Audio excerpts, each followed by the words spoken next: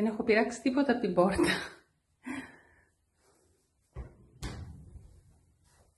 Σκούπισα το σπίτι, έκανα τα μπάνια.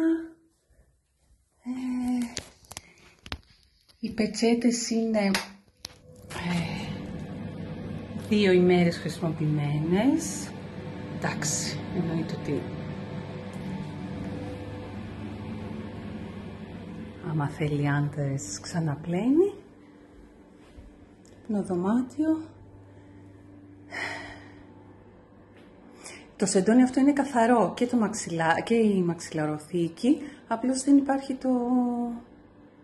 το πάπλωμα.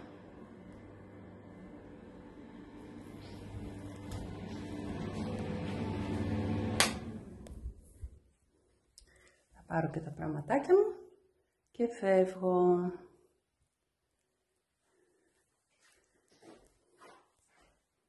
Εντάξει, νομίζω είναι μια χαρά. Bye bye σπιτάκι. Με φιλοξένησες για 1,5 μήνα. Ευχαριστώ πολύ, Ανδρέα. Από καρδιάς.